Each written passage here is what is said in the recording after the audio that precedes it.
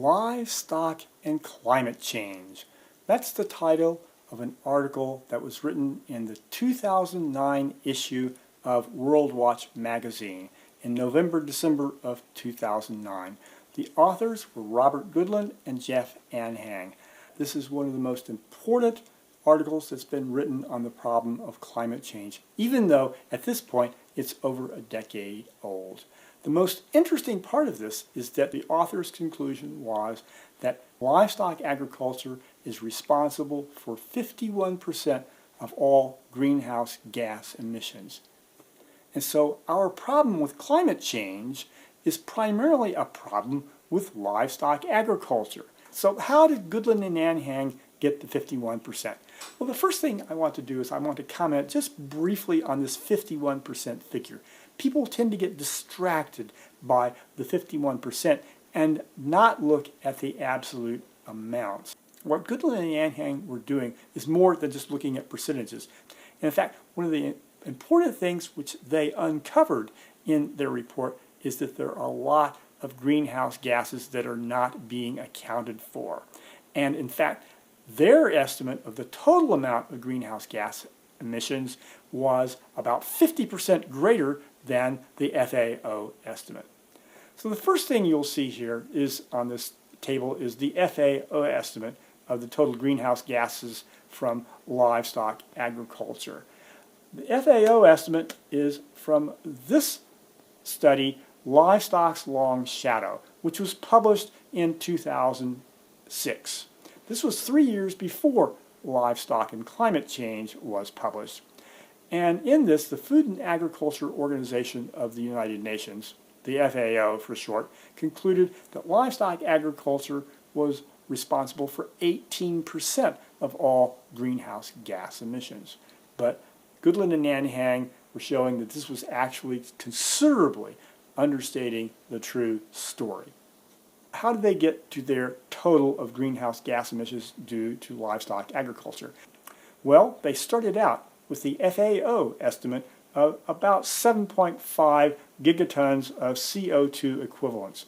CO2e, that means that we're talking about CO2 equivalents. The other greenhouse gases like methane and nitrous oxides and so forth were assumed to be equivalent to some quantity of CO2. So the FAO estimate was about 7.5 gigatons of CO2 equivalents. But then Goodland and Anhang added 5 additional categories. And in this video, I'm only going to have time to run through the first 2, which actually are the most difficult for most people to understand. So let's look at the first one, overlooked respiration by livestock. We've put massive quantities of livestock on the planet since the Industrial Revolution. And these livestock are doing something that's very obvious and very measurable. They are breathing. And when they breathe out carbon dioxide, CO2. CO2 is a greenhouse gas. Therefore, livestock agriculture is contributing to global warming just because these livestock animals are breathing. Now at this point, some people are going to think, wait a minute, what's going on here? Animals have been breathing for the past 500 million years. We can't count carbon dioxide that's part of the natural carbon cycle as part of the human-caused greenhouse gas emissions, can we? Well, here's the thing. We have upset the natural carbon cycle by putting the cows out there in the first place. We can imagine the carbon cycle in a simplified way is consisting just of plants and animals. Now actually, there's more to the carbon cycle than just plants and animals. CO2 is cycling in and out of the oceans. It's cycling in and out of the atmosphere from soil and from other organisms. And so there's a lot going on in the natural carbon cycle besides just plants and animals. But plants and animals are a significant part of it. In this natural carbon cycle, you have animals breathing in oxygen and giving off carbon dioxide, and then you have plants which take up carbon dioxide through the process of photosynthesis and give off oxygen. And we can assume that this is roughly in balance. But what if humans were to come along and, say, add a bunch of cows to this picture? Maybe human population would increase, and perhaps also we would destroy a lot of the plant matter on the planet. Well, obviously you'd have a problem because you've decreased the amount of photosynthesis on the planet and you've increased the amount of respiration of carbon dioxide. And so obviously carbon dioxide is going to build up in the atmosphere, all other things being equal. So is this significant? Is this something we should worry about? Actually, yes, it is quite significant. Megafauna, large animal biomass over the last 100,000 years.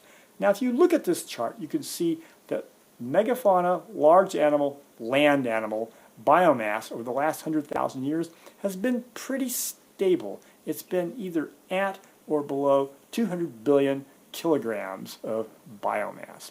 But then, just at the beginning of the Industrial Revolution, the livestock mass on the planet exploded, so that now we've gone up from 200 billion kilograms of megafauna biomass to 1,400 billion kilograms. That's an increase of over 7-fold. And what's the problem here? It's mostly livestock. About 2/3 of this large animal biomass is livestock, 1/3 is humans, and the wild large animal megafauna, like the elephants and so forth, all of these animals are just a small sliver of percentage, and actually wild animals are in danger of extinction, and their biomass is decreasing.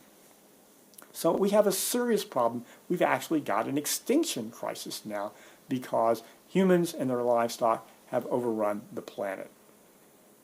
So, yes, livestock biomass is very significant, and the carbon dioxide that livestock breathes out should be counted because we've disrupted the natural carbon cycle by putting them on the planet in the first place. But we've also disrupted the carbon cycle at the other end by destroying all of the plant matter that should be absorbing all of this CO2 through photosynthesis. Normally we'd expect that plants would reabsorb this, and this would make sense except for the fact that we've destroyed so much of the plant matter on the planet.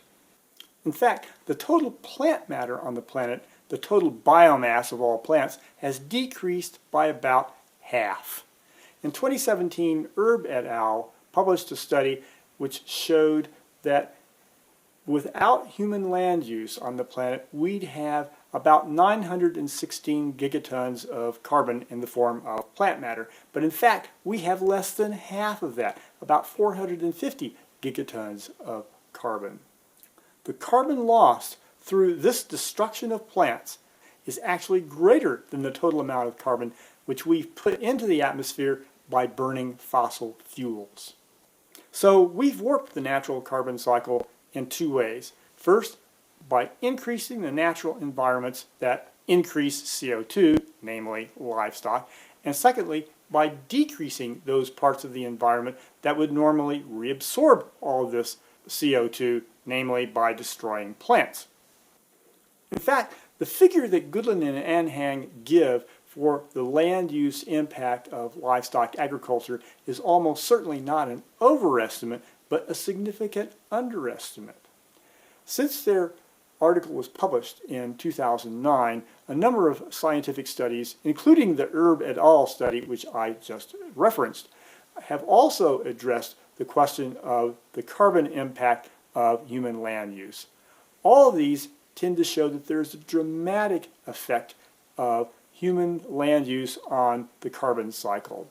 None of them address specifically the question that we wanted to address, namely the annual carbon impact of livestock agriculture, but they all suggest that the real figure is probably 2 or 3 times larger than the figure that Goodland and Anhang gave. These studies vindicate Goodland and Anhang's approach by showing that human land use has a dramatic and significant effect on the global carbon cycle. We've looked at the first 2 of the 5 items in Goodland and Anhang's list, and we've already gone from 7.5 gigatons of CO2 equivalents to about 18.9 gigatons of CO2 equivalents. This is a significant amount, and we've already more than doubled the amount due to livestock agriculture. But Goodland and Anhang aren't finished yet, and in a future video we're going to talk about the other 3 points in livestock and climate change.